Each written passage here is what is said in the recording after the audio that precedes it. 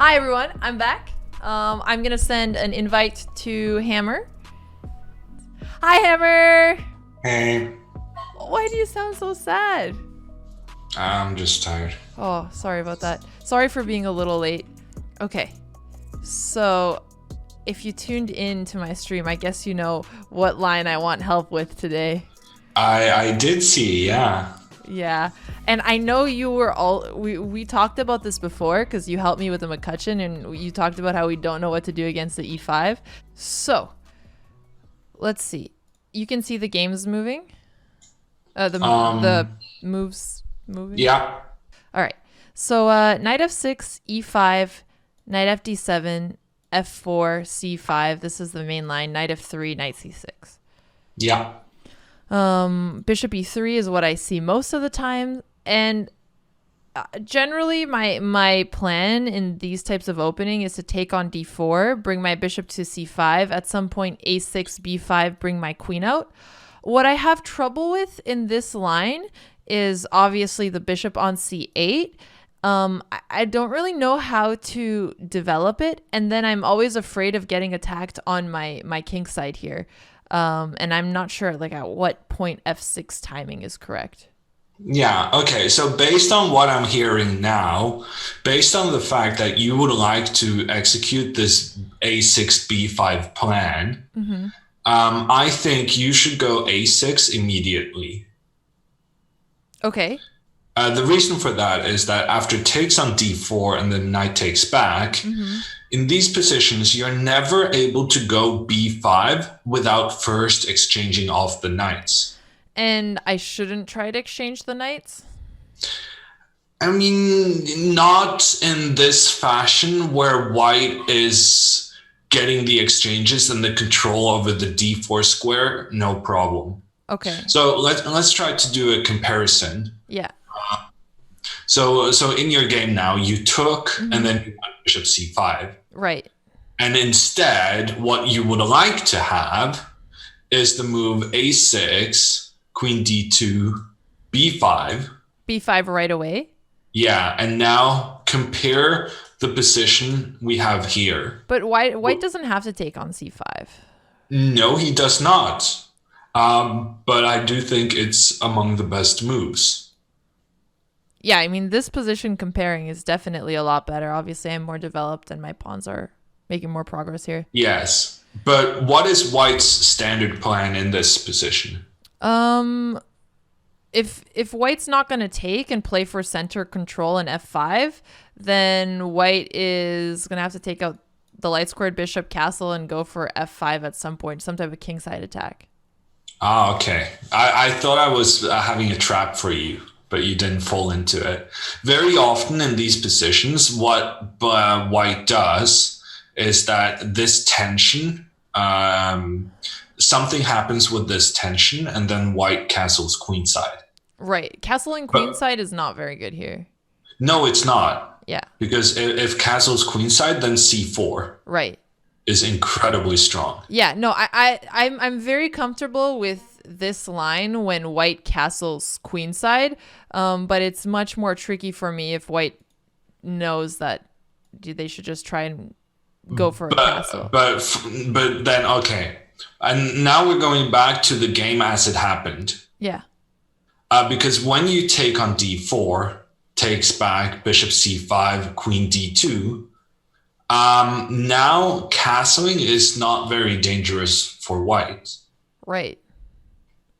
Because my pawns are just too slow. Yeah, but also the fact that you cannot play b5 without first exchanging the knights. And the more exchanges, the closer we are to an end game, and the less of an attacking chance black is going to have. Yeah, that makes sense. Okay. So... And both in this game, I only caught the end of the second to last game and the last game, but I felt Anna was castling queenside. Yes, because I didn't play this plan correctly. That would be my evaluation, yes. Got it. Okay. So the way you describe how you would like to play these positions, and honestly, black's position is pretty easy to play because you push your pawns and you see what happens. But the way you've executed it by taking on d4 early doesn't really go that well together with what you're claiming to be your main plan. Right. Okay. So knight takes d4, bishop c5, queen d2. Queen a5. I was trying to come with some idea of like taking the knight and then rook b8 and b5. I've seen it in some games. I don't know how sound it was. Yeah, it's similar to something I've seen in the variations where black plays without c takes d4. Got it. Because I feel like the fact that you're letting white's knight to d4 very easily affects every single time you want to do the plan with b5. Yeah, you're right. I shouldn't be taking on d4. Actually, if the main line in this position, I believe, is doing something like a6 castles and then bishop takes on d4. Right. Bishop takes back and b5. And then the reason they played this way with black is simply because if you had taken with the knight on d4, then there would have been more exchanges, right? Yeah. So if you take with the knight, you're also going to be exchanging the bishops, and any hope for a black attack kind of evaporates. Yeah, that makes sense. But in this line, they also say that, I need to get rid of this knight on d4 in order to play b5, and then in order to push my pawns further up the board. Yeah. It makes sense as a better idea for this, but I still think white has a pretty decent position here. I mean, bishop pair, f5 is also coming. I definitely agree. So yes. I actually don't even like this as black, but I like it better than what I played, and as a general principle, it makes more sense to trade off the bishop here. Yeah. Okay. So queen a5, knight b3. Knight b3, I think, is a mistake. Okay. Well, I think the knight was well placed where it was. Makes sense. So I had to... She's just moving the knight more than she really needed. That's fair. But okay, let's see what I did wrong. So bishop takes e3, queen takes e3. I played queen b6 here. I think that's fine. Okay. Queen takes, knight takes. And I mean, here she already has a better position, right? Because I have the worse bishop than she does. So she's better. But your position is pretty solid. Okay, knight b6. Yeah. And here I think I was deciding between king e7 and castling, and I liked castling because even though it's an endgame, I wanted to activate my rook. How would you differentiate those two? You castled almost immediately, and I thought it was a pretty clear mistake. To castle here? Yes. Okay.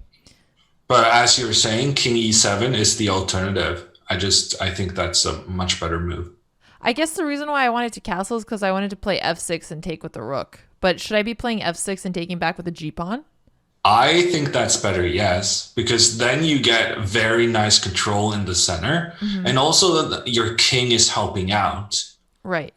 Supporting that center, right? And then if ever like knight d6, then the king is also putting pressure on d6. Yeah, no, the king is doing a good job on e7. It's not really in an exposed position at all, and you're ready to go something like f6 and bishop d7, stuff like that. Got it. f6 and bishop d7. Okay, perfect. So she castled queenside. I still went for f6. I felt like this was the only chance I really had here to try and open up the position. Yeah, no, I agree. Okay. E takes, rook takes. I'm not sure about that move. I thought if I take with the g-pawn, then e6 is a really annoying target after something like rook e1. And then if I push at some point, then I'm going to have hanging pawns. Yeah. So that's why I didn't And like now it. you don't like hanging pawns because it was bad yesterday. Well, I'm learning hammer. Um, Yeah, but it always depends on the support of the hanging pawns, right? And depending on how easily your opponent can attack them. And that will definitely differ from situation to situation. I understand that taking with the rook was your plan when you castled. yes. So in a way, this rook takes is a mistake you already made 2 moves ago. But I would say a mistake nevertheless. And also after the pawn taking on f6, if rook e1, one of the tempting options I would say here for black, if you don't like to push your pawn forward in the center, I would maybe go king f7 to lend support. And I guess you're understanding where I'm going with this. Yeah, but I'm gonna play knight c7, Sure. and then I'm gonna play knight c5. Okay. I might have to move my pawn. Yes. Okay. Yeah. It's not really the end of the world, though. All right, then I'm gonna take. Good central control. And I was gonna bring out my bishop, but yeah, okay, I'm gonna bring out my bishop. I don't know. This seems stressful to me, but maybe it's not as bad as the other. Okay, yes, I guess it didn't go as far as I wanted.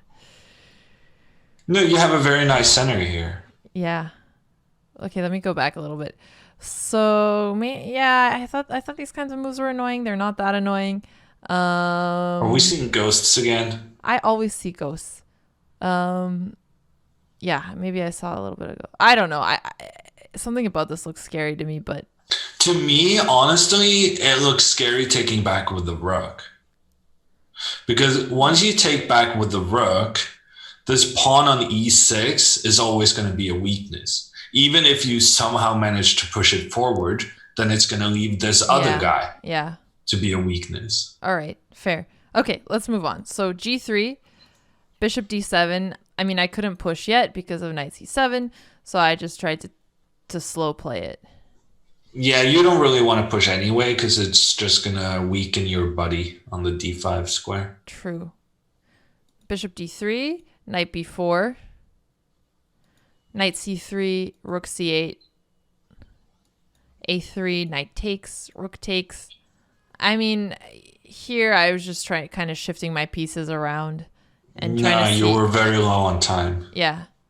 Bishop c6, rook e1. Because bishop c6 is kind of it's a one threat. I'm assuming you didn't hear Anna's audio. But she said it pretty well. Oh, she's threatening to go after bishop c6. Mm-hmm. She's threatening to go d4. Yeah, but then after you move the rook, it's just a wasted move. But I wanted to move my rook anyway, said Anna. Yeah. No, I mean, this is easy to understand. It's a mistake. I think I was just maybe trying to play a little faster. I should have played king f7 earlier. I think the reason I play this is because I considered trying to reposition my rook, and then I changed my mind. Yeah. Okay. No, I support bringing your king in, but once again, that kind of just emphasizes that you shouldn't have moved the king to the side in the first place. So knight d4, h6. Were you planning to go g5? No, I just thought she might come g4, g5. Okay. I think h6 is an interesting move. And Ivan in the chat says, I would consider g5 at some point. And I think he's got a good point. You want to take control in the center. Yeah. And one of the ways of doing that is using your pawns on the side. Yeah. To exert control. That's true. My plan here was to try to put pressure on where she had castled her king, so I didn't really think about opening the king side, especially since my king is there. The queens are off the board, Alexandra. Wait, they are? About putting pressure against her king? Yeah, I mean, like a6. I mean, when I say putting pressure against her king, trying to trade off so that she gets an isolated pawn on the queen side, just like a 2v3 plan. Like a minority attack. Yeah. So I didn't think of this, but this makes much more sense. I mean, if I had center control, then maybe it's a minority attack as well, but it's just because she has moved her pawn forward, It means that you make the threats against her quicker Yeah. than you would have on the other side. Okay. But yeah, I am a bit concerned about what you're saying in terms of I wanted to attack her king, because that is extremely unrealistic. I mean, it's a simplification. I'm not trying to say that I'm trying to checkmate her. I'm just trying to say I'm trying to push my pawns on the side where Yeah, she but castles her pushing king. your pawns on her strongest side of the board is not necessarily a good idea. That may just end up putting your pieces in a position where they are more easy to attack. Let's Okay, go. so should have gone for g5. All right, so knight f3. No. You did go for g5, kind of, but she prevented it. Yeah. You notice she went knight f3 because she was afraid you would do that. Right. Sometimes it doesn't matter what your plan with the move is, as long as your opponent sees the idea behind that plan. True. So I played knight d7 to protect against just knight e5 and also, trying to push b5 here. Was there a way that I could have continued? Well, I didn't want to let her knight on e5 anyways. Yeah, no, it's a good move. Good move. Maybe knight c4 was better. No. Why not? Because the knight is just likely to get kicked out very soon. So if you go knight c4, then maybe she will go a4. And then she's going to play b3, kicking your knight out, giving her king more space, and getting the knight to e5. Okay, got it. You're not in a great position, so it's better to keep your pieces on your side of the board. So what about playing rook g1 in this rook g8 after king b1 instead of going b5 and pushing there? If I had gone rook g8 trying to play g5. I like it. But then she can play h4. She probably should go h4. But now we're talking about, plan action and counter action, right? Yeah. Which is good. It means that we're having a plan, and it means that our opponent is being attentive and actively doing something. But how would I continue the plan here? You're kind of stuck. I don't like your position, but maybe I would.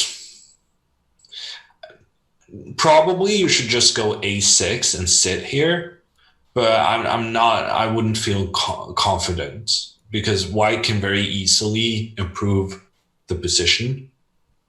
Kind of starting with b3, king b2, a4, king a3, making like just very small incremental improvements. Right. I can't even move my king on e7 because d5 is hanging. So this is why I'm saying if this was my plan, I think I'd actually would have had less chances going for this because it's easier for her to stop than trying to push on the king side. Yeah, I was thinking maybe you could go king g6. I don't know how crazy that is. Oh, it's pretty wild.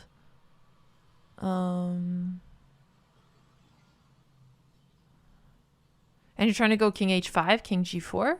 Yeah. Because at least then she has a weakness in her position. You're trying to do something.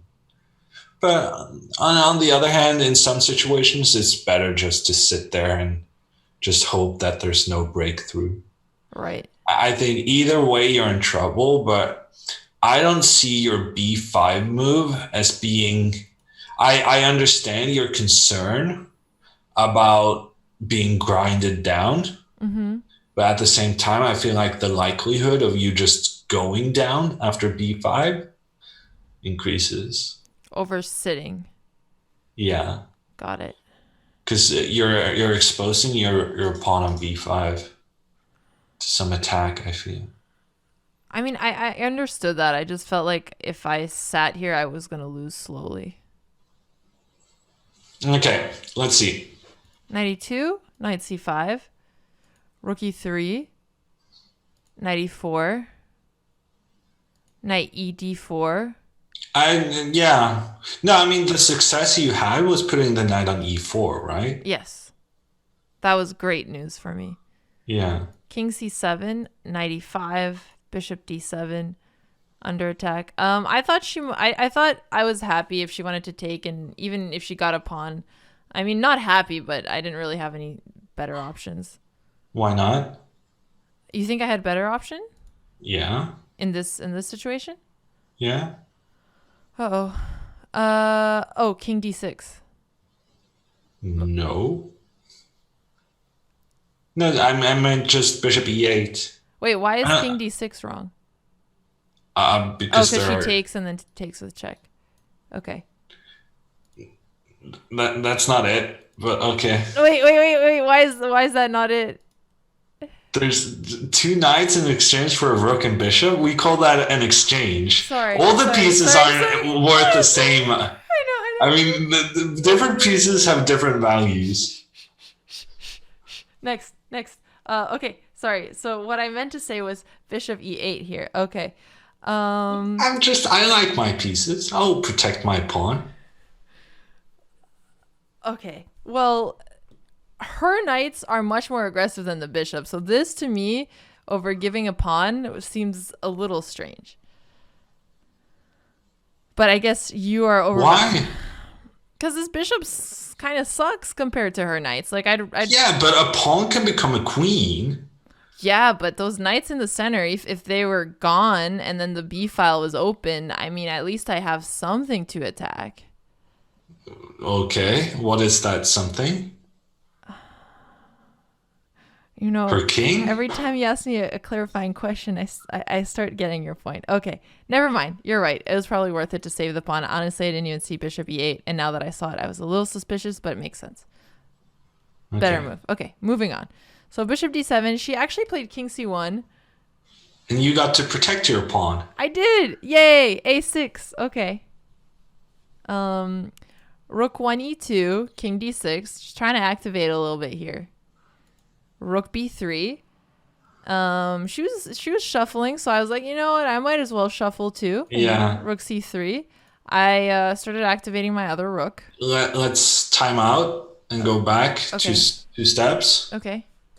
Ivan in chat massively saying g5, which I concur with. Yes. There was that plan again. I didn't see that plan at all during the game. Yeah, but that's a problem because her control over the center is a major issue for you in this position.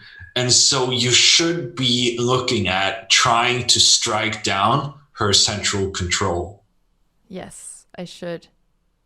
So, and g5, I mean, I'm just going to mention that if you take that one, it's checkmate, right? You don't have to mention.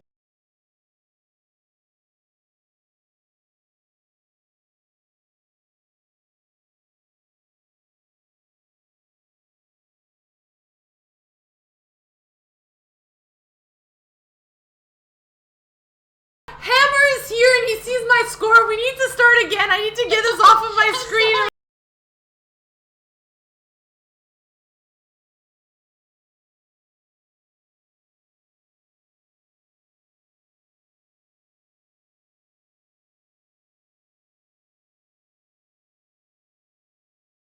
Yeah. So, I mean, even if that wasn't checkmate, it still would have been a very good move. But seeing as you have that in addition to all the other nice things that happen when you pressurize this, put pressure on the pawn on f4. Mm-hmm. No, I just missed the idea. Like I'm totally behind it. It looks great here. Yeah. Okay, so I didn't see that, and that's why I decided to bring my rook. Knight b3. So I wanted to keep my knight because I thought my knight was better than hers. So that's why I played knight e4. Sounds okay. Rook takes, knight d2. Also, I was low on time, so I was repeating some moves. Knight df3. And here I went for a5. Yeah, you're a minority attack. Yeah, hey, at least I snuck in with my plan, right?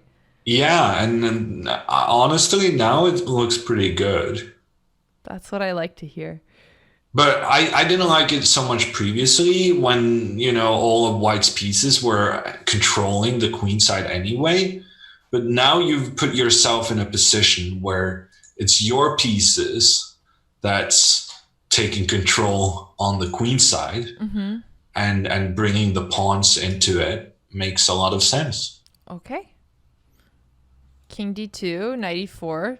Okay, you're going to see some repetition of moves. And here I push b4. I just figured I should try and open up the A file at some point, see if there's any tricks. My pawn is kind of keeping hers from moving, and my bishop is going to get active at some point as well. Sounds good. Okay. Knight d2. Again, I just didn't want to trade off my knight. Rook e3. Bishop b5. You know, when I'm in time pressure, I'm just doing like simple activating moves here. Yeah, sounds good. Okay, knight b3. Again, I decided I didn't want to go for a draw. Knight a4, king c1. And here I played bishop c4, which I don't know if it was so solid anymore. I think it was a mistake. If I pause for a second here and I have to think of a plan, I mean, maybe knight c5 and rook a8. Yeah, but you worked so hard not to exchange that knight. I know. And then even then, the knight would get back onto d4. Yeah. So that's why I played. The fact of the matter is that white's pieces still have some very juicy squares. Right. And so being ambitious, it's a dangerous endeavor. So you think I should have just taken the draw? Maybe. Well, the thing is that now that your knight is no longer on e4, it means that her rook is going to have a much easier time attacking down towards your e6 pawn. Right. So now I'm concerned about the knight and rook working together against this guy. Yeah. Bishop c4. I mean, I think from here, I just like made a mistake, a blunder. So I don't think we need to see it anymore. Okay. All right. So takeaways from this game. I'm just going to go back to the start first. So the first takeaway was that I shouldn't be taking on d4 as well. It just gets into a worse version. So I should be playing a6 first. Yeah. And then I just kept missing g5. I also miss playing with king e7, which makes more sense in this kind of French. And if I'm playing f6, I should be taking back with the g pawn and not with the rook. Yes, okay. If possible. And the fact that you had exchanged off the queens was actually kind of working well for you. Yeah. Because then taking back with the g pawn becomes much more of an option. Right. As is how you don't have to be as considerate of king safety. Yeah. Okay. Are you ready for the next game? Yeah. Do you play black in every single game? Yeah, I was practicing my French. Wow. Yeah. That's brave. It is brave. Okay. So, and I was telling her to play the lines that annoy me the most. So, knight f3, e5. Can I just interject something? Yes. You have a pretty aggressive style. And I kind of feel like the move bishop b4 suits you better. Oh, we had this discussion. I know you're a big fan of the McCutcheon, but I'm not sure how common that is compared to these lines Anna played. That's true. It's just that I don't know how to prioritize learning a line that's completely new, which is a lot of theory, versus making some improvements on one I've played so many times and like fixing bigger problems I have. Yeah. So that's fair. That's why I haven't learned the winnower, because I mean, there's other things that are a bigger problem than this line in the French. Yeah. But if other things were perfect and I was starting to improve my repertoire, then I would also learn the winnower. Yeah, fair enough. Okay. Glad we discussed We have some very nice notes on this bishop b4. I know. And once I get to the point where this is one of the weakest things in my repertoire, I will do that. Okay. So, I mean, I made the same mistake here where I'm taking early. So I already know that maybe we should just, you know what could be better than doing this line where I made the same mistake? No, this is very interesting. This is interesting. Okay. Because now you're going for the queen exchange, which is something you really need to know in these lines. Well, here I'm already, I thought slightly worse again. Oh, for sure. I mean, I shouldn't have got. But Like, this if is you're already not, worse. if you're not slightly, if you're only slightly worse, then this has been a success. You know, you might be massively worse here. Wow. But actually, oftentimes, if you're going to go for the queen exchange, you don't want to play this b5 move. And it kind of relates to the game we looked at earlier, where moving those pawns forward on the queen side can be weakening. It can become a problem in the endgame. So having played how you did here, I would suggest just taking on d4 and going queen b6. Now, a lot of people think that this is just a very nice endgame for white, but it's an endgame, which means that you're not going to castle. You're going to put the king on e7 like the last game, and you're going to go f6, and you're going to try to break down white's center without having to deal with. And this is also why this game is very instructive, because you got punished for precisely the reason I was hesitant to move the pawns forward in the previous game. Yeah. So after b5, a3, takes, queen b6, takes. Now, number one, queen takes d4 is bad because it allows her to get her pieces active. Mm-hmm. You'd rather her trade.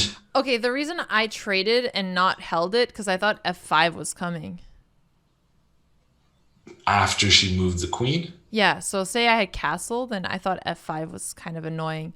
But then you exchange. Oh, then I take here, actually. What am I talking about? And then I would take here, so she actually can't. Never mind. Puzzle rush. I'm going to do my puzzle rush today, no worries.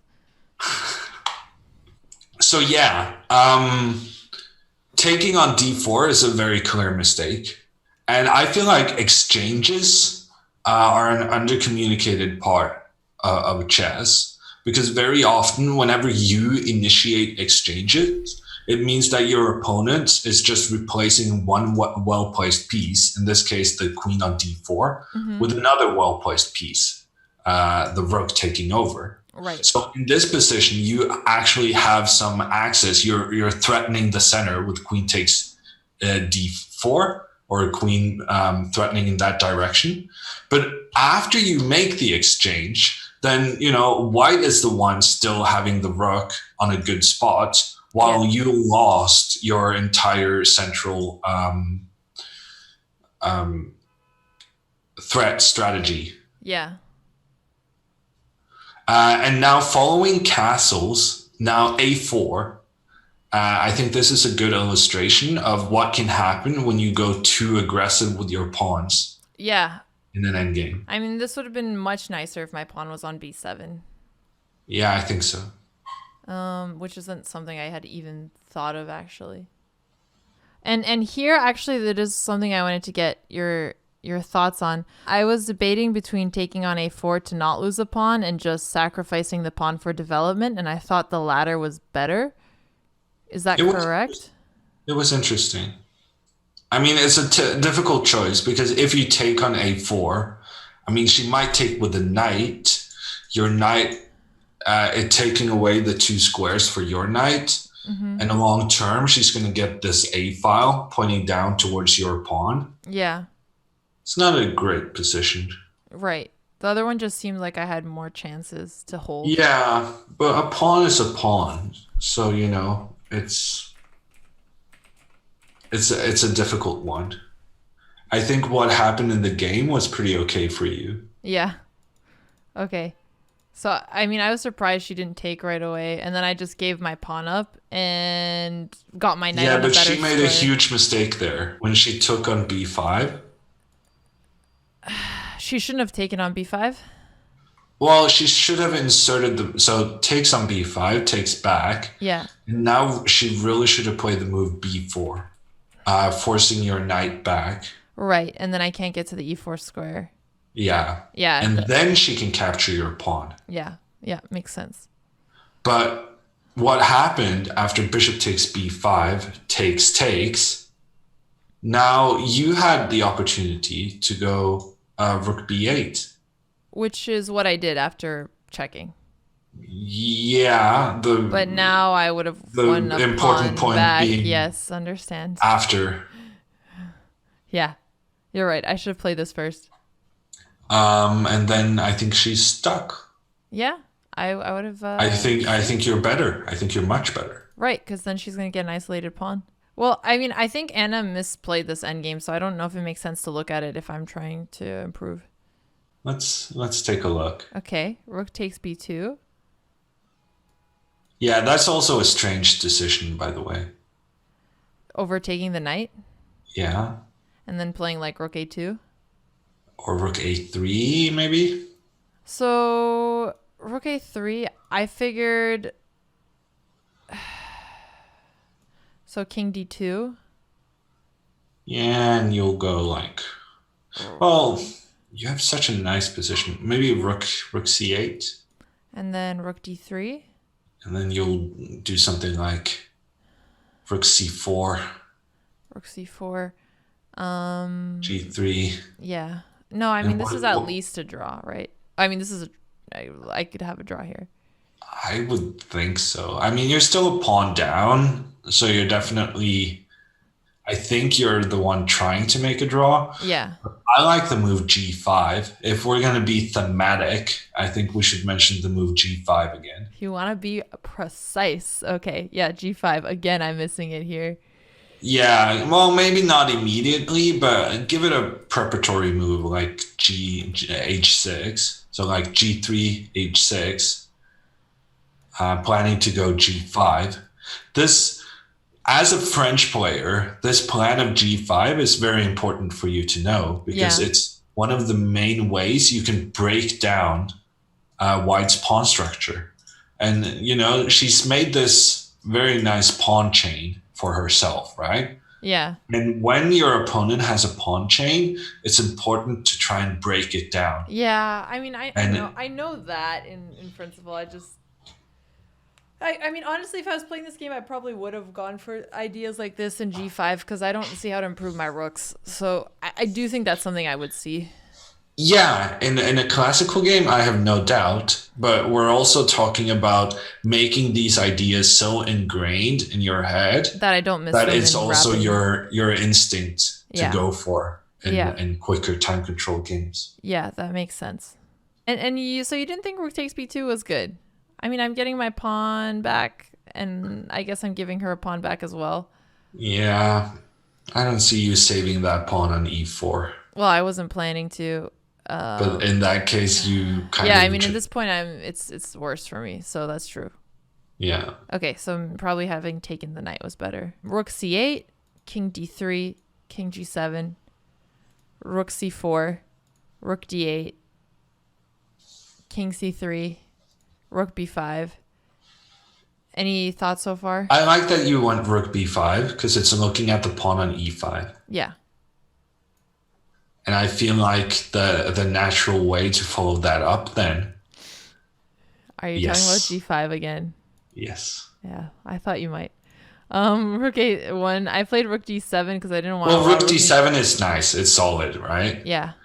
But after that, rook a8. Now was maybe the time. Now was maybe g5. Yeah, because the plan also, I went for would have allowed g4, g5. Yeah. So one of the other nice things about this move is that it gives your king a little more space. And if she would have played g3 here, I would just take on f4 and go king g6. Okay. Oh, okay. Maybe hold on, and then I'll take here. Oh, taking with a rook. Yeah. Well, now rook takes e5 is just a bit better for black. Fine, I'll take with a pawn. Change my mind. Yeah. But you know, when you're defending endgames, the more pawns you get rid of, the closer you are to a draw. So I was planning to go king g6, but I realized now that rook g8 is pretty strong because this is checkmate. Which I obviously saw before you even said it. Yeah, okay. But then h6. And just have this plan of activating the king, getting them close to the opponent's pawns. I think you have good drawing chances here. you have really active pieces, and your king is going to contribute. Well, drawing chances are great, but with my plan, I got to win the game. Just saying. Sure. I'm kidding. No, this makes sense. This is much more thematic, as you said. Okay, I'll just show you what I played in case there's something else I missed. Rook d2. I think she blundered with king b3. I thought g4 was scary. Yeah, your g4 move is just checkmate, right? Well, I do have king h6. Well, but then rook h8. Yeah, but it's not checkmate. I just am worse. Yeah. I don't know, something like this. Yeah, that is true. Rook f2 is a very good move. I was kind of hoping you would take on h2. Oh, I'm not that bad. Come on. Yeah. No, actually, maybe black is more counterpoint here than I gave credit. Because now there's some very nasty threats against here and also here. Exactly. Huh. Just activating the rooks, some aggressive chess, you know? Yeah. Yeah, you're right. Maybe this is actually okay for black. I'm going to crop out the part where you say you're right, and I'm going to add it to my stream deck. And every time I play something good, I'm going to put your voice saying, you're right, you're right, you're right. Oh, yeah, it's going to fix my ego. Okay. All right. I didn't know your ego needed fixing. It does. It does. Whew. After that Queen Blunder compilation, though, nightmares. Now is the point where you go ! YouTube. Oh, yeah. By the way, guys, check out the YouTube video. Thanks, Hammer. Anyway. I got this marketing stuff down. No, you're nailing it. You're nailing it. Yeah, so, I mean, she ended up making mistakes, but I thought I played this very well, so I'll just play through so you can appreciate your students' brilliance. No, I actually even saw this live. Oh, okay, good. Impressed. I didn't understand this move, though. Rook b6? Yeah. I see you're trying to checkmate her. It's just, yeah, I don't know. What's wrong with rook b6? No, it's a good move. It's just when you're 3 pawns up, oh, you just want to trade? Exchanging the rooks don't really... I mean, I can exchange the rooks and win the pawn easily, and I did later. I just thought maybe I could mate her. That's all. Yeah. But I did and then I was like, you know what, whatever. I'll just take her rook and pawn. That's fine too. Yeah. Yeah. I can't tell whether you have the good bullet technique or if you're just being very greedy. I think it's obviously a mix of those. Yeah. Yeah. So let's see. What did I learn in this game? I learned that if I'm going to trade the queens off in this kind of system, it's better to not put. If my plan is to trade queens, then I don't want to push b5. I think so, yeah. Yeah, that makes a lot of sense. So here, queen b6 castling. Also, I shouldn't have taken here. I should have castled and not helped. Whenever there's trades, you got to think about whether. No, I just saw a ghost threat. I saw a ghost threat of f5. Yeah. And then the g5 plan throughout the French. Again, this was in the first game and the second game. I need to break that pawn chain. Yes, Dr. Haiti. Precisely. Yes, he's passing me notes in class, but that's okay. One of the things that you can argue that the reason for taking on d4 is if you follow it up with king e7. Oh, I pressed wrong. Sorry, you show me where you're talking. I was here. One of the reasons you can argue for taking on d4 immediately is that now that the queens are exchanged off, then you can make the decision to keep your king in the center. Right. But the combination of exchanging the queens and then castling is kind of like the worst of both worlds. That's true. And I did this wrong in both games too. So it's clearly something that I've overlooked and is wrong in my instincts. So even just noting it for like blitz and rapid games is helpful. Yeah. So yeah, king e7 instead of castling these positions. Makes sense. Oh, the next game was kind of boring. I keep trading queens in this line. Well, I mean, if that's your instinct, then I don't see any reason to argue against it. Because I like trading the queens is very passive, but it's more solid than its reputation. As long as you have this plan of f6 and g5, trading the queens is not that. It's not that unambitious because you're going to get chances to win the game by trying to take over control in the center. Right. I guess I do it much more against higher rated players when I'm black. Oh, because you don't like trading the queens when you're higher rated yourself. Right, because I want to keep as many opportunities for complications as possible. Yeah. Okay. That I don't think that makes sense. I feel like you should just stick to your scheme. All right, so let's look at this. This is just the advanced variation straight up. Oh, okay. See, because we haven't really looked at this. No. So I'm curious what stuff I'm obviously missing here. I made a video on this, by the way. Oh, wow. Where I'm is gonna this find video? that actually.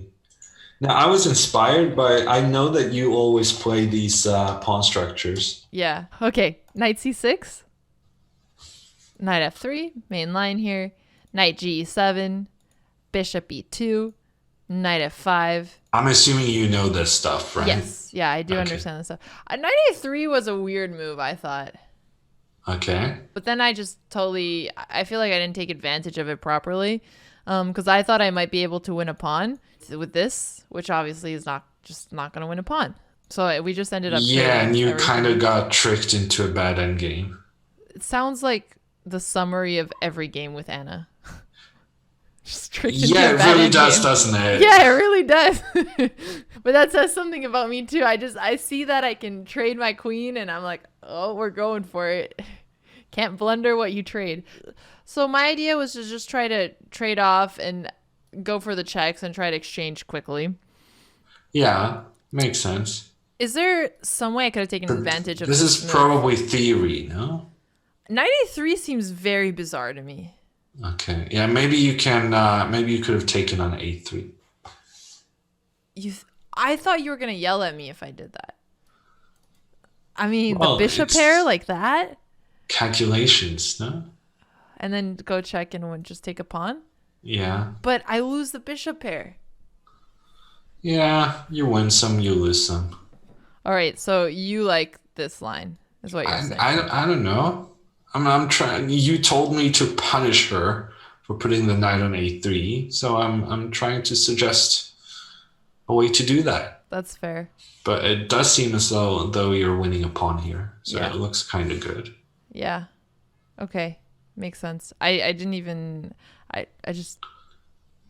Okay, I kept the bishops, but that makes sense. Sometimes a move like bishop takes a3, even though it's giving away the bishops, it's kind of developing your bishop in one go, right? Yeah. Because right now, bishop b4 can't really count as developing in one go because white is going to develop at the same time. Right. Whereas if you take on a3, then white is going to have to spend time taking that back, and you kind of get a free move for development. Yeah, makes sense. So then let's go to the end game, I guess, unless you see something I missed until here. No. All right. Knight e3. Here I thought... That's a very strange move. Interesting. So you think that trade is bad for her? Yeah, well, the thing is that I don't think your knight is very well placed on f5. Yeah.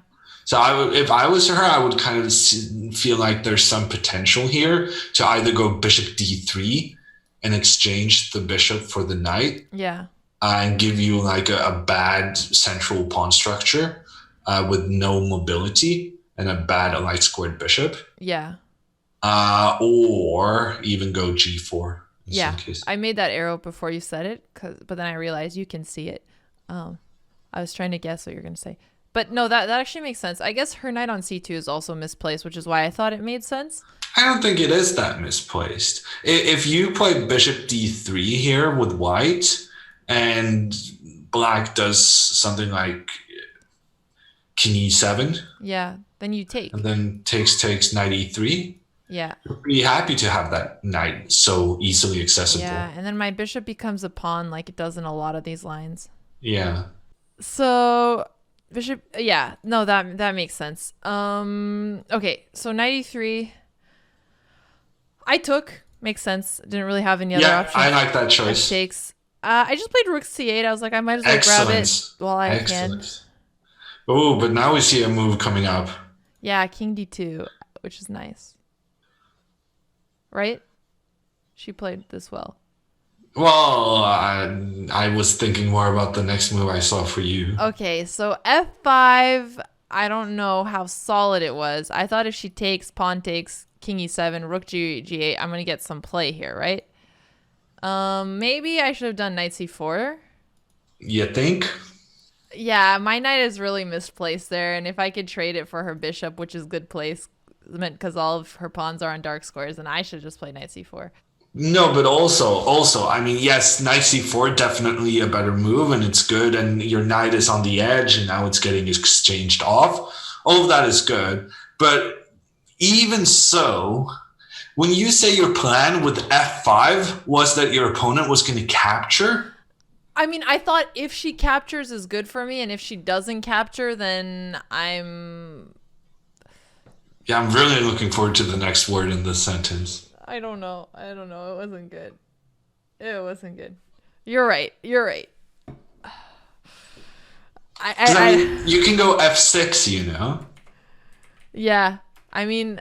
Do you know the difference between f5 and f6? No, I don't. Well, the thing is, You have a light squared bishop, right? But the thing is, f6 just seems awkward. I'm never gonna take on e5. But then she's never gonna move her knight. Yeah, you're right. It creates tension, kind of. Yes. Like I feel the tension when I play a bad move, and you ask me about it. Okay, you're right. No, I didn't even think of f6. These tension moves I miss in rapid time controls. You played f5 and you didn't think about f6. Yes. Yeah, no, but I mean, it's a direct transposition if she takes. I mean, So it's very weird to play f5 and not consider f6. No, because I didn't think she would want to take, so I figured in this position she's not going to want to take. But then I guess I can just play king e7 and chill. Yeah. Which... And knight c6, putting pressure against the center. Yeah. Yeah. Gives your knight purpose as well. It does give my knight purpose. I mean, the poor guy is chilling on a5. He doesn't deserve that. If I didn't see knight c4, then f6 just makes so much more sense. What the heck? b3, she played b3 because that's a good move. She saw what I should have done. Yeah. King e7, rook ac1. And here I got a little ballsy, and I think I could have just traded off the rooks and tried to play for a draw. Yeah, maybe, yeah. And then I just played g5. Because Botes isn't having no draw. Well, exactly. I mean, the best way to beat me is try to force me into a drawn position where you're slightly better, because I'll still try to win it. Yeah. Which I'm gonna work on at some point. It's like holding back a toddler. Okay, so what I missed was knight h3. I thought this line was going to be interesting. Something like that. And I would get the pawn back, or I have bishop b5 ideas. Why rook e1? Because I'm threatening b5, so maybe she could play a4 as well. That's a free pawn, so she can't play that. Yeah. Or just move the king out, I guess. That just seems passive. Maybe not there. All right, maybe on e1 is what I meant to say before basically mouse slipping. No, just kidding. Yeah, this is better. And I guess I'm not getting the pawn back. The knight is getting the f6 square. It's just and the king is chasing you out of g2. Yeah, it's questionable all around, this g5 idea. I mean, here you can probably go something like, in that position we had, something like f4 and knight c6. Because you have to do something very quickly. You're kind of desperate. Yeah. Yeah, good point. But I mean, I could see you flagging Anna in that. Oh, yay, a compliment. Okay, good. That's true, but I anyway, she played it correctly, and I think I think the knight h3 move is very nice, because it's very clean. It just keeps control in a very IM fashion, you know? Yeah. Anna's stylistic here. Yeah. So, I don't know if we don't have that much time, so I guess we could leave this game for now. Because I actually have another specific question, and I have looked at it before on stream, and I'm always having trouble with... I still have trouble playing against the London as black. And Sure, and I'm who gonna doesn't? and I was hoping that I guess since we have like another 45 minutes, if we could look at that because I'm playing it so often and I think it's something I could really improve on if I have some help. Okay, so I can pull up some of the games Danya and I were playing on stream in the London, and there's two lines in particular actually that I find annoying. So d4, I play knight f6. They hit me with bishop f4, and I'm like, oh, that's annoying. I play g6, and what was the line? So We have nice notes on this. we do have notes on this, but we don't have notes against knight c3. Sure, we have. Yes. We do Yes. against knight c3. Yes. I used the notes we had in this line to beat a 2400 in 12 moves in a rapid tournament I played. So there's a knight c3 line, but that's less common. So maybe in. I mean, I can bring it up. Okay. If you want perfect. And so basically in these lines with e3, how should I be playing with d6 or d5 or d6 and c5? And I think you may have helped me, so maybe we could just refresh and then I'll actually study the lines on my own. Okay, so this is the knight c3 version, but I'm saying there's also if they play it without knight c3, that's also an issue. If they play it like a London system, like bishop f4 first. Yeah, okay. Because that's different than the file we have on.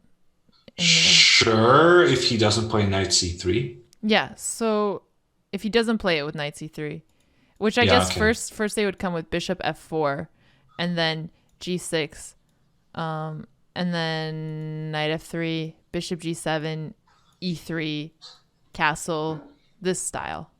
Yeah.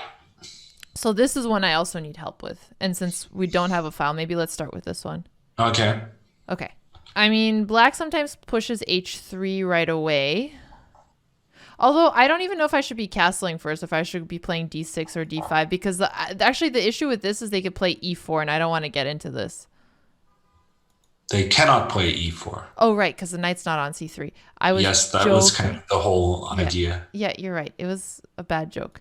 E3. So I guess we could castle, or I could decide to play d6 or d5 first. Yeah. So the advantage for white of doing the Jobava London is that by going knight c3 early, you're enticing black to go d4 to prevent e4 from happening in one move. But when you go without that and you play e3 instead, now d6 makes a lot more sense for black. Right. Seeing as how, if white now is going to go for e4, he's going to spend a whole extra tempo doing so. Yep. So I feel like everyone who plays the London plays the Jobava against g6, but I mean, on chess.com, barely anyone plays the Jobava. In classical, most people have played knight c3. That's what I've noticed. So I'd like to know both. Sure. So d6 seems like a solid move. Okay. What are we expecting? Bishop d3? You tell me. You say that people on chess.com play this way. Yeah, people on chess.com do play this way, and they often go with like an early h4. That's kind of still Jobava-esque territory, right? Yeah, I guess so. What do you think is stronger, bishop e2 or bishop d3? Bishop e2. Bishop e2? Why? Yes. Because if you go bishop d3, there's a risk of black managing to do e5, e4. First hitting then bishop on f4 and then hitting at least in the long run, right? Okay. Yeah. Makes sense. And also on e2, you can support the h5 square. Got it. In case you want to go aggressive on the king side. Okay. So let's say I castle right away here. That makes sense? Or c5 first? Either? Okay. Yeah. Castle seems more normal to me. Yeah. I like delaying my pawn pushes. Okay, and so let's say that white goes h4 here. I should continue with h5, right? I don't know. I feel like you might be in a position to go for an early e5. So if h4 is pushed too soon, I don't have to be worried about h5? Well, that's the big question, right? But I don't see why. I mean, part of the reason why people do knight c3 is to provoke black into playing d5. Yes. And if we look at these positions with actually kind of the right method of knight c3, in these kinds of positions, then now it becomes much more dangerous about h4, h5, because white is going to be able to use the square on e5 for the knight. So if black just doesn't do anything in fianchettos here, now knight e5 is both a very nice placement for this guy, but also opening up for the bishop to play h5 on the next move. Right, which is why you don't want to fianchetto in this type of lines. Double fianchetto, right?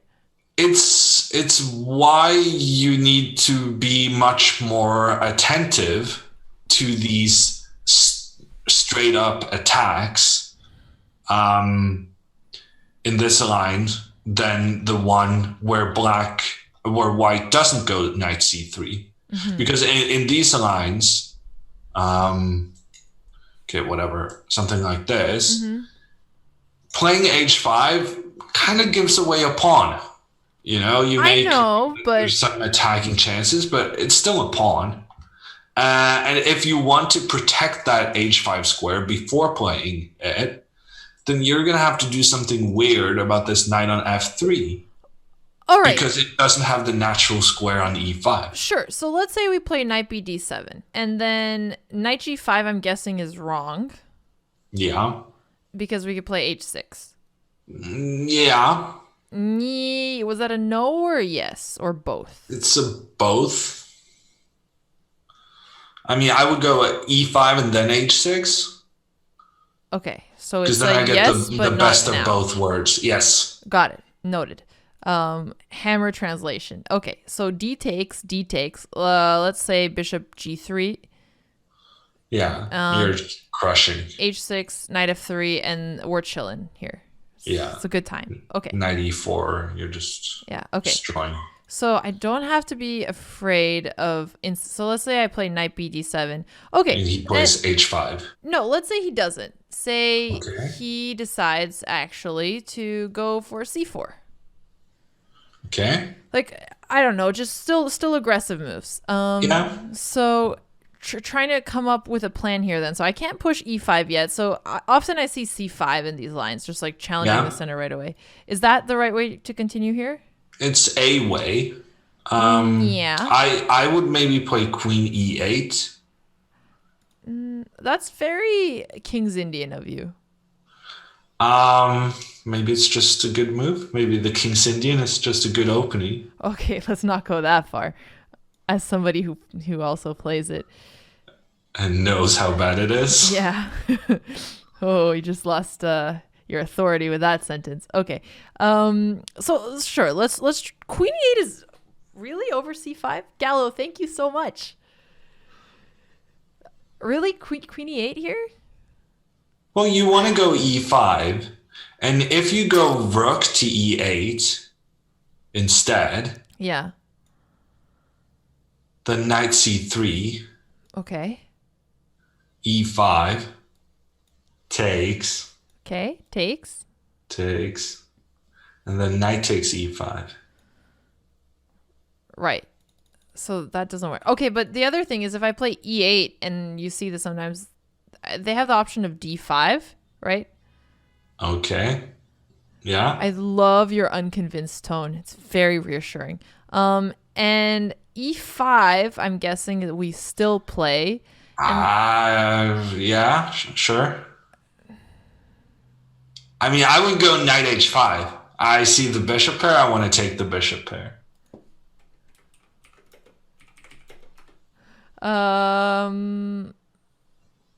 You want to take the bishop pair here? Oh, so you want to play knight h5. And then go for that. And take it. All right, I can respect that. So you'd prefer knight h5? Yeah, or knight e4. I mean, I'm going to play e5. I just want to exploit the fact that the bishop can exert some influence on the long diagonal before I take some other nice positional things. Got it.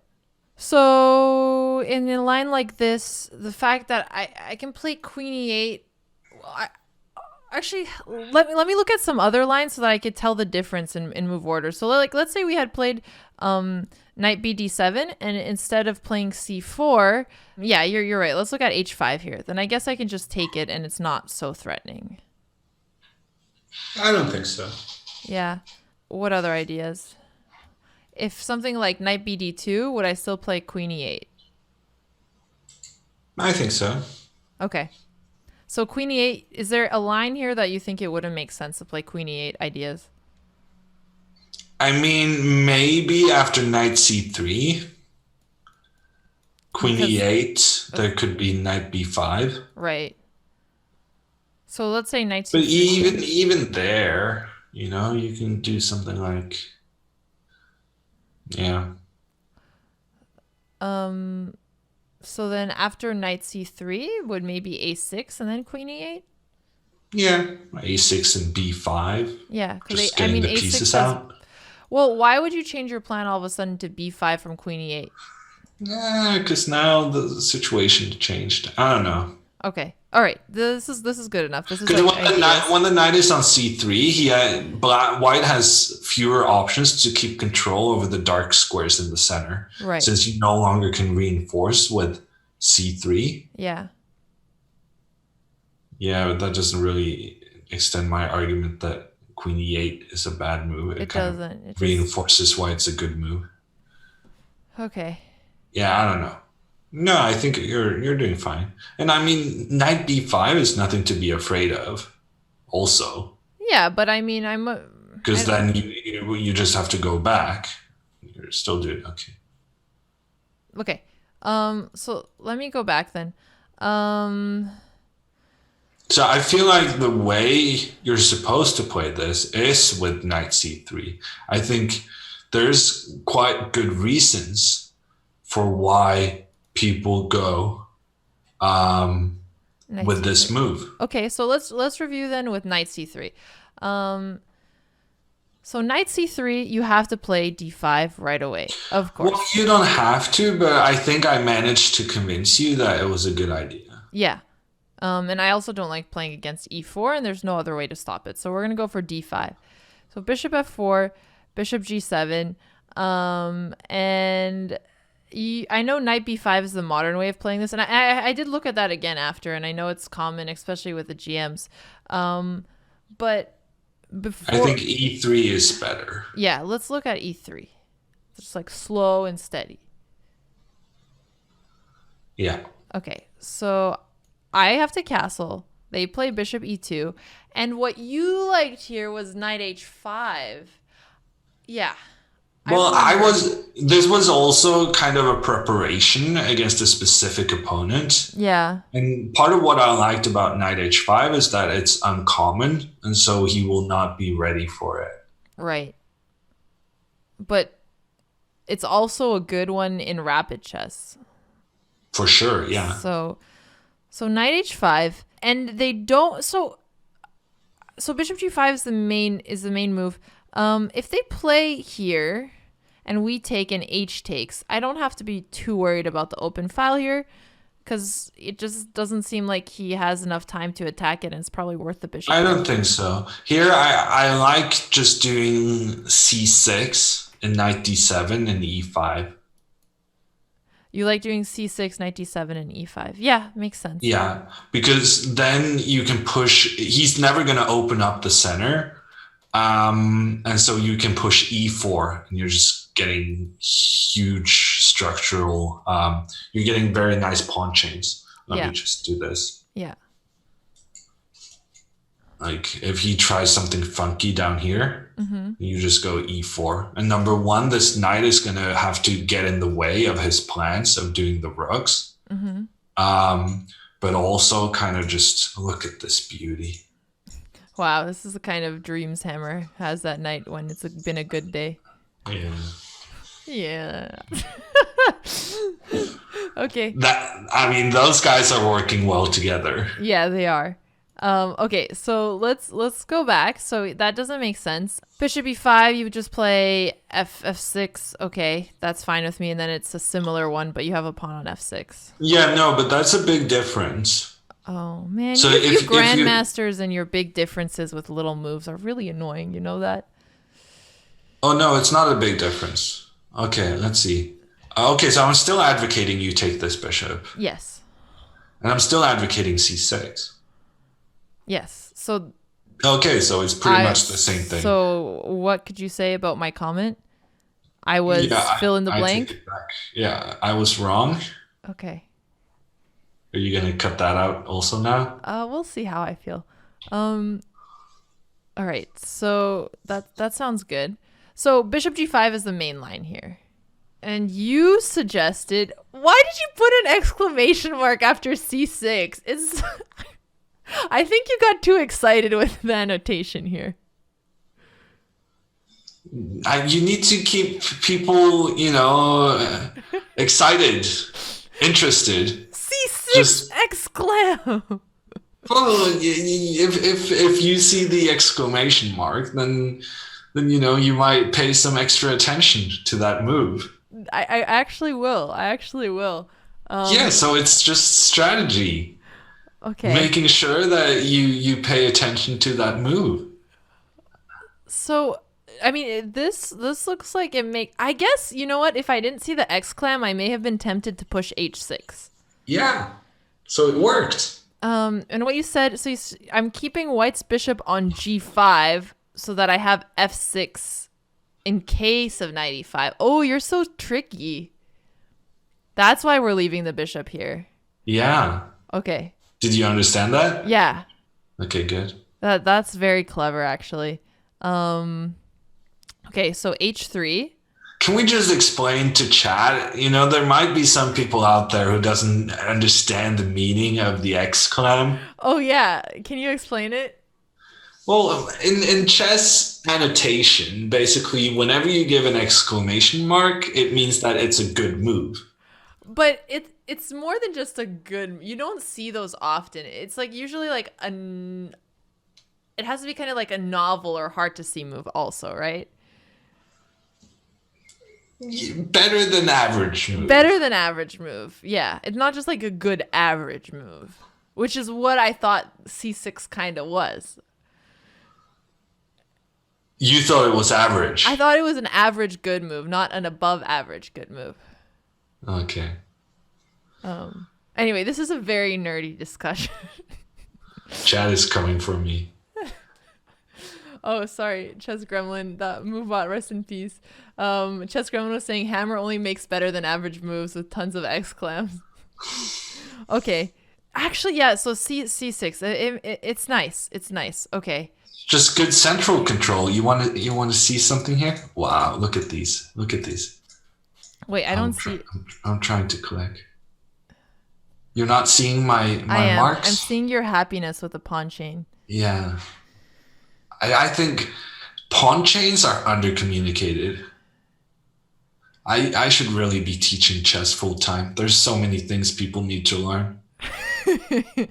Oh man, this is so funny. Yeah, so we have the pawn chain. So you wait until the h3 move to play h6. Which I actually because of your exclam, I'm gonna ask, what was the difference with this change in move order? Because isn't white gonna play h3 anyway? No, now he has knight e5. This is in the comments. Okay, you're right. It is in the comments. Oh, and that's why it's an exclam. Yeah. All right. Because we don't want to do it too soon. Yes. So c6 is baiting for h3. What if white doesn't play h3 though? Yeah. Is that in the comments? No. Okay, so what if I don't even know what a good move for white is. Though. Yeah, precisely. But that's the point. It's fine. Just for argument's sake, let's say queen d2. Yeah. And we still don't want to push h6. I don't know. Maybe not. So if h3 doesn't happen, we don't want to push h6. But we can go knight d7 now since we protected the pawn on d5.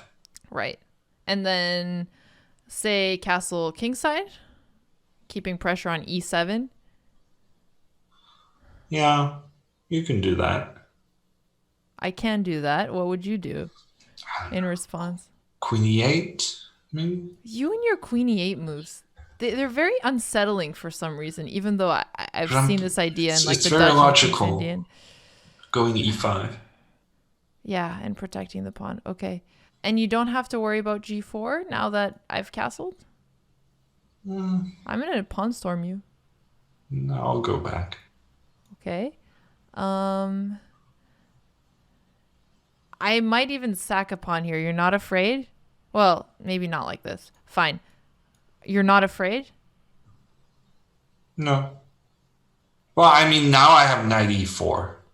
And your knight doesn't have any good squares. Fair. So, okay, you have some counterplay.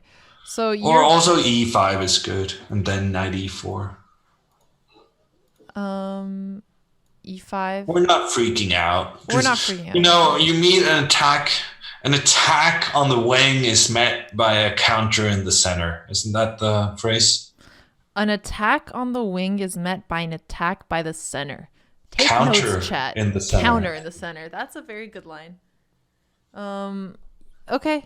All right. And so you got stuff going on. Yeah. No, it makes sense. So those are the ideas. Okay. So if he does play sick, we needed to get out of the pin. We cannot move the e pawn without moving the queen first. Yeah. So c6, and then the continuation here is h3. Okay. Knight d7. Oh, sorry, h6 first.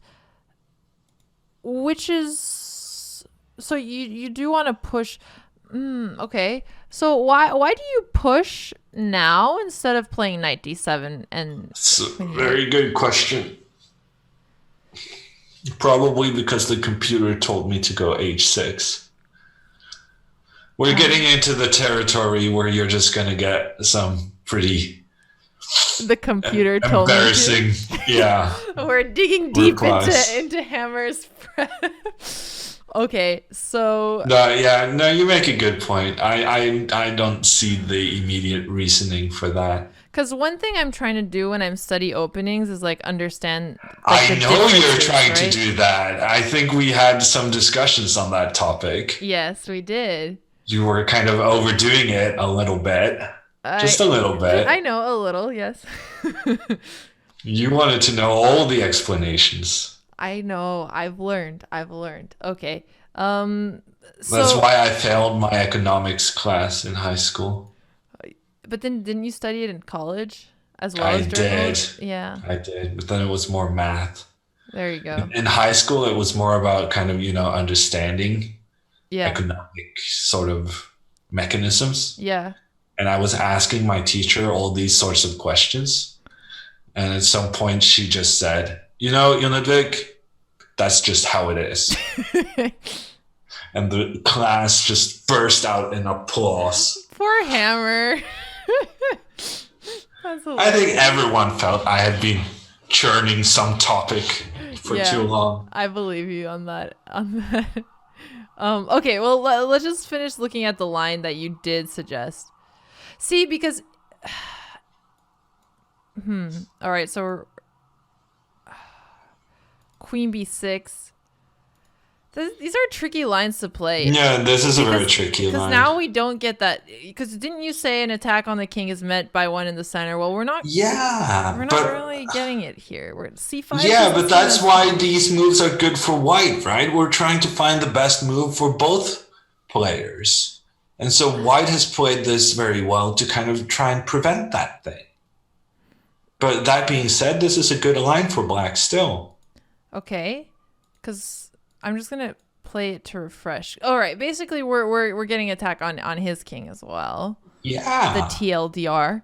And white's what does that stand for again? Too long didn't read. Oh, okay. Yeah. So I'm saying that my explanation is the simplification, but basically that's the gist. Okay. So, all right. So possible ideas then from this kind of position. So the one you had put in this line was like h6, knight d7, queen b6, c5, and basically expecting white to castle on the queen side. But the other idea we could have also gone for, and maybe the reason why you play knight d7 and you play h6 is because you want the bishop on h4 to block the h pawn after kicking the knight away. Well, maybe. Maybe. Okay. And then let's say that after something like this, white castles king side, which actually you do have in the lines, and then g5 picks up the bishop, so that's not a fun time for white. It's very fun, but for black. Yeah. Okay. Somebody's asking in this move. You know, Botez, you can't play e5 because of f6. Uh-oh. You might just actually set aside some time to go through this. It's very solid work. The stuff we did for Reykjavik was very solid good. Work. Yeah. Yeah, it's. I mean, if you actually knew the stuff we did, then that would be very useful. I guess what you're saying is I should review it. Yeah. Okay, I'll review it. And it was good to know what not to do with the knight c3 line. Yeah. No, I mean, I didn't really have that much to offer on the lines without knight c3. But that, I think, is because almost everyone does go with the knight c3 move. And there's probably some reason for that. If something is common, it probably means it's good. Yeah. Okay, I will review that. Without intending to be. I feel so misunderstood. You are a savage, but it's not a bad thing. I think. Oh, well then should we even go over the last line or should I just do that myself? No, we can do whatever. Okay, knight b5. Let's finish this off. So knight b5 is the modern way of playing this. I mean, I've actually reviewed this line. I know you don't believe me, but I have. So this one, I don't know why this one seems a little scary, but c5 I guess I have to remember here. Because I bet if I was playing a rapid game and they played knight c3, I would have hit them with an f5, you know? Yeah, that does seem like the Botez way to go. Exactly. All right, then we have like 10 minutes, so I'm going to ask one last question because I also had reviewed this on stream, and I think you told me to look through Luke McShane's games in the same-ish. Wow. No, not in the same-ish, though. Are you sure? Yeah. In the same-ish, we were talking about Grishchuk. Grishchuk. Yeah, so I mean, in the King's Indian, the two names you gave me were Grishchuk and Luke McShane. Yeah. Luke was kind of in the main lines. Yeah. Do you mind just before I do them by myself, is just explaining the main way I should counter the same-ish? Is that acceptable? Sure. Okay, so main way. But I thought same-ish was one of the things you knew the best. As white, but playing against it as black, I'm surprisingly bad. Okay. Oh, and then I have one more question. Yeah, I'm just going to ask a couple general questions to move me in the right direction for when you're not here and I'm preparing things. I know you said that c5 is the main idea here. Yes. So I know this line in taking is not actually good for black, but I should try to know it. Yeah. Just instinctively, why is c5 better than e5 in the same-ish? Doesn't block the bishop. It's not that, but it's a King's Indian. You're always blocking your bishop. Yeah. That's why it's bad. The King's Indian? Yeah. All right, so that's why we play c5. So good to remember. If there is an option to not block my bishop, then I'll consider it sometimes. Okay, great. The options are with knight e2 and pushing, right? And pushing, if I'm trying to think, how to play against this is nice because it's opening up my bishop. And then what would black's plan be here? E6. Right away? Yeah. We're into a Benoni now. Oh, gross. Yeah. So is it wrong for white to take? Yeah. Because I take with the bishop. Yeah. And then if I take with the bishop and the knight goes in the center, and this is an ugly pawn, and why are we happy with this? Because white has some problems with the pieces still standing in their original squares, while black has fully completed development with knight c6 next. Okay, knight c6, and just a couple more moves to brush off the plan again. So okay, let's say let's take the bishop out. So as black, I guess I'm playing on the d4 square. Do I ever and at some point I want to go for b5. Is that good? It's fair enough. I would rather go for f5. Ooh. Man, why am I like missing these flank things? You would rather go for f5 here, so you'd rather... It's more towards the center, I feel. So would you play... But I would go knight d7. Knight d7, okay. Open up towards this one. Yep. Get the option of knight e5. Yep. I mean, this is already super annoying. This is already super... This looks terrible for white. I saw your bishop, and then I'm going to go f5. Perfect. Okay. Good. All right, bishop takes e6. So white doesn't usually take there. Let's say white doesn't take, instead plays bishop out. Okay. And now we take because it's like a Benoni. White's going to take here. We play a6. No. Well, the bishop on d3, it's not the most common placement. Oh, you're upset with white. No. I'm saying to exploit the fact that white played bishop d3, which is not a very common move, I would maybe play knight d7. All right. Well, then let's say white just played queen d2. No exploiting uncommon moves here.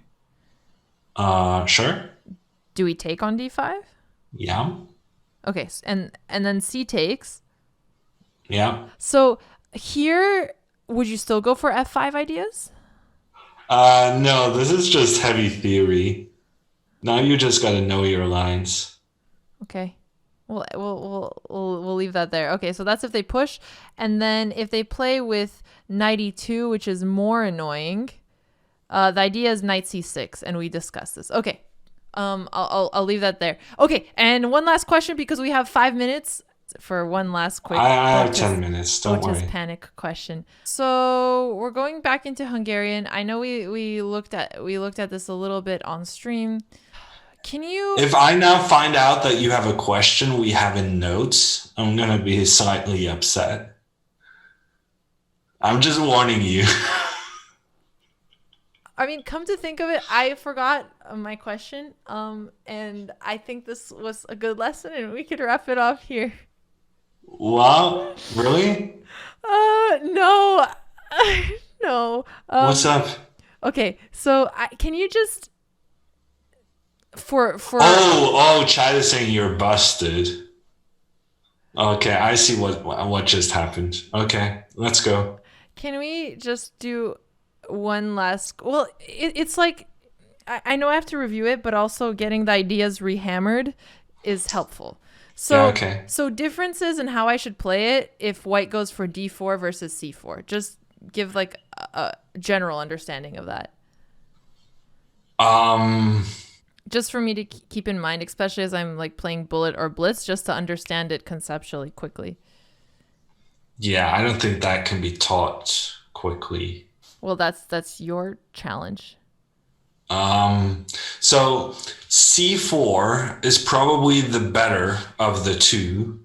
If you, Miss Botes with the black pieces, yes, would like to play the variation with C6. Because in this line, there's the move B3,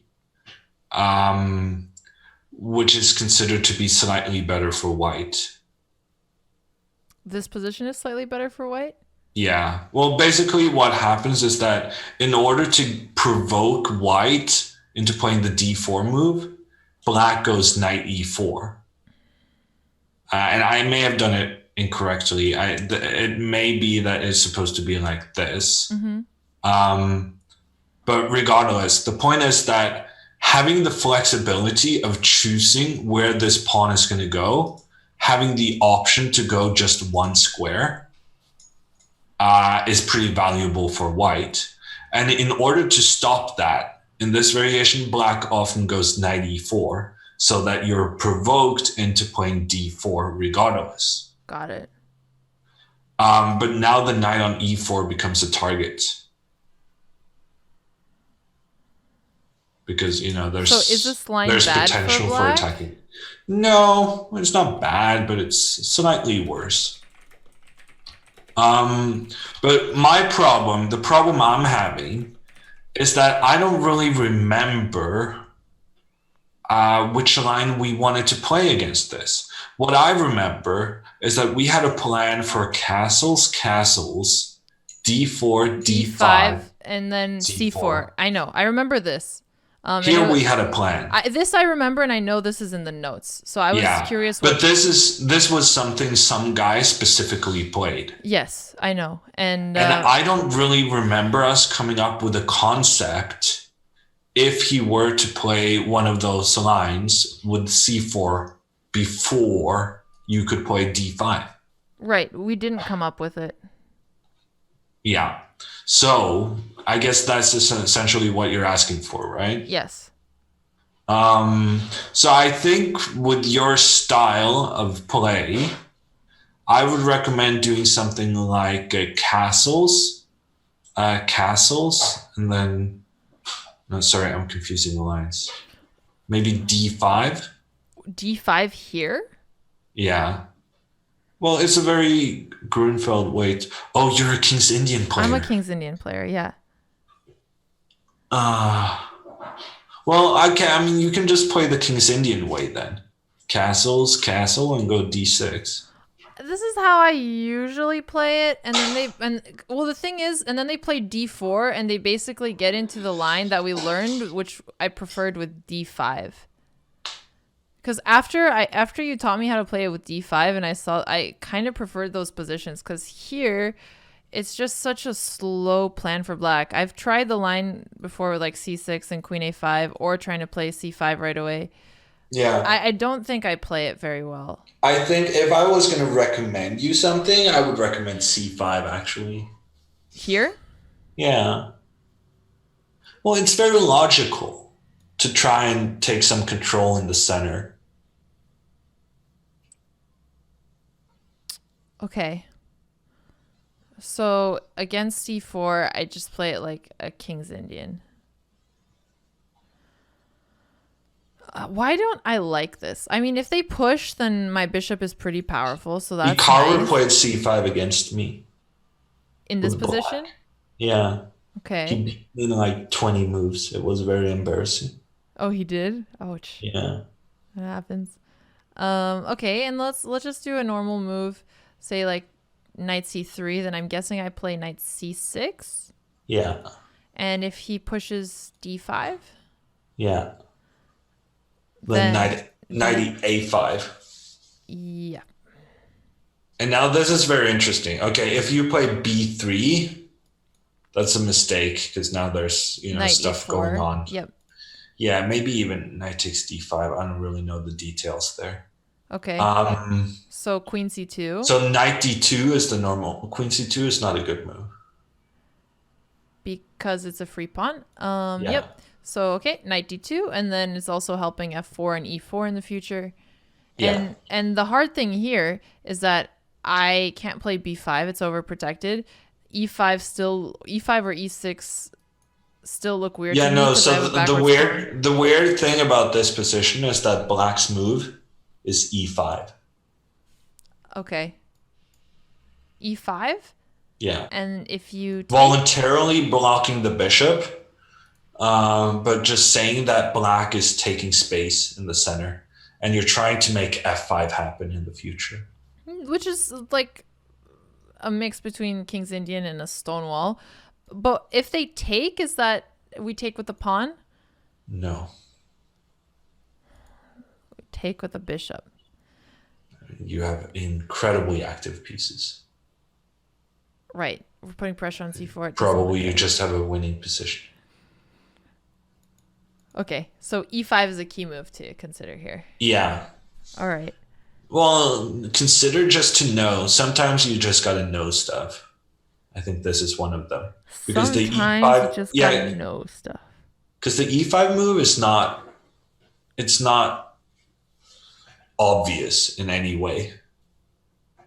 I mean, but it's how they it's have obvious played. in the sense that it's not really clear what else you could do. Yeah, I suppose. No, but taking some of that control in the center really helps you out. Because otherwise, like you said, you're risking that white just goes with the pawns in the center and just crushes you long term. Right. Okay. So I guess for me then, if white castles, I should just castle as well and wait and see, right? Yeah. And then I mean, if you're gonna go for these c5 lines, it makes actually some sense to play it pretty early on. To play d6 earlier? No, to play c5 pretty early. Yeah. But I also want to wait because if they play d4, I'm still playing the d5 line. Yeah, that's fair. So, I mean... So, like, once white goes c4, you go c5. You like c5 over d6 here. Because last time, when we just went over it, you said first d6 and then c5 after. Yeah, d4. but that was before I kind of decided that you should do the c5 line. Okay, so instead we're going to do the c5 line.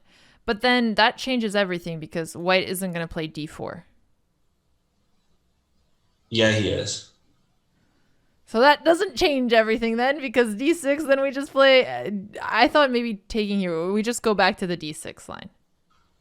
Yeah, I thought so, but now he can take on c5 and maybe exchange queens. Yes, that's actually what I was going to ask. Yeah. And I don't like this. Yeah, me neither. So if they do push d4 here, then we're not pushing d6. And we just got move ordered. And Hammer. it doesn't, yeah, you just move ordered me here. Yeah. Yeah, so you should go castles. You should go castles, and if d4, then d6. Okay. And then this is what we looked at. Once he castles, then you go c5. Yes. And okay. Yeah, I think that's solid. Okay. Cool. Thank you, Hammer. This was actually really helpful. Hammer, well, I should let you sleep then. It's late for you. And I've took you here 2 hours. Okay, take care, everyone. All right. Thanks, Hammer. Bye. Bye.